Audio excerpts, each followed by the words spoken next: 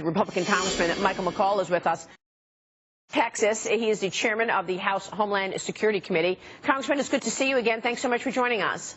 Thanks, Maria. Thanks for having me. What can you tell us about the wife of Rahami at this point and what we're learning in terms of his motivations?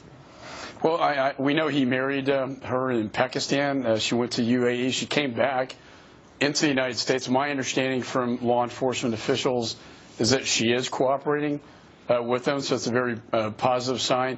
We are looking into these travels overseas. He had multiple trips to Pakistan, Afghanistan, Turkey.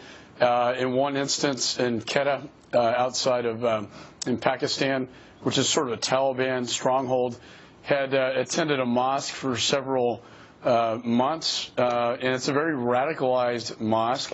And so we want to know what he was doing over there.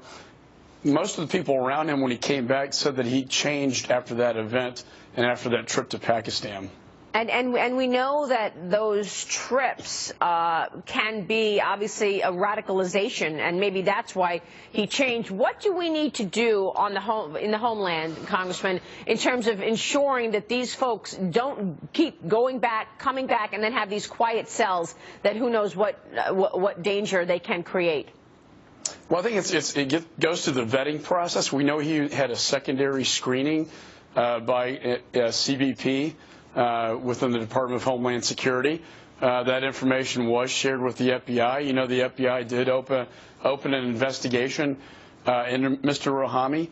And I think one of the questions that I have is why, when the father was interviewed and said his son was a terrorist, why wasn't the subject of the investigation, Mr. Rahami, interviewed? Perhaps that would have revealed more information that possibly could have led us to disrupt this terrorist plot. Right, especially since the father said, I think son is a terrorist. I mean, you know, it's incredible that wasn't taken more seriously. Let me switch gears to what has happened this weekend. And obviously there was a Washington mall shooter. He's been caught. The suspect is 20 years old, Turkish Muslim, Arkan Sitin. He was arrested for murder of the 5 people that he killed in the mall in Washington State. What can you tell us about him? Is this related to Islamic terrorism? Well, I think there's a good chance it could be. I know right now law enforcement, FBI is playing it safe, saying there are no links to terrorism. That's true, at least from the evidence so far.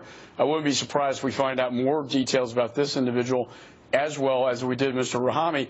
Remember, I held up this journal of Mr. Rahami, the blood-stained journal with the bullet hole, where he talks about these ISIS spokesman, Mr. Sheikh Adnani, basically saying, do not come to Syria anymore, attack at home, attack where you are. In fact, he says, attack the unbeliever in your backyard. And incredible. So, Maria, what I'm worried about is we're going to see more and more of these sort of small-scale attacks, but very lethal, happening more and more in the United States. Yeah.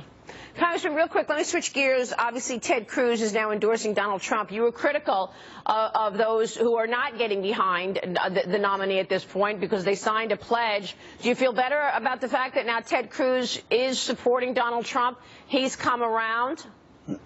Well, you know, I am. I've said all along that all Republicans should not stand on the sidelines, but rather unify as a party behind the nominee. Otherwise, I believe they're being complicit with Hillary Clinton becoming the next president, you know, of the United States. I stood up very strongly at our convention in Cleveland, very strong support of the nominee, because I think that's the right thing to do. And I believe it's the right thing to do for the country. If you look at the differences between Mrs. Clinton and Mr. Trump, particularly on national security issues, where I think she is very vulnerable. She created and destabilized the Middle East and Northern Africa, which has led to the formation not only of ISIS, but all these terror groups we're seeing spring up in that area that can provide external operations into the homeland. Well, you have to believe that Republicans are going to be upset with those people that did not follow through on their word and back the Republican nominee, Donald Trump, ahead of what is going to be an incredible night tomorrow night. Congressman, we will see you soon. We so appreciate your time this morning. Thank you so much. Thanks, Maria.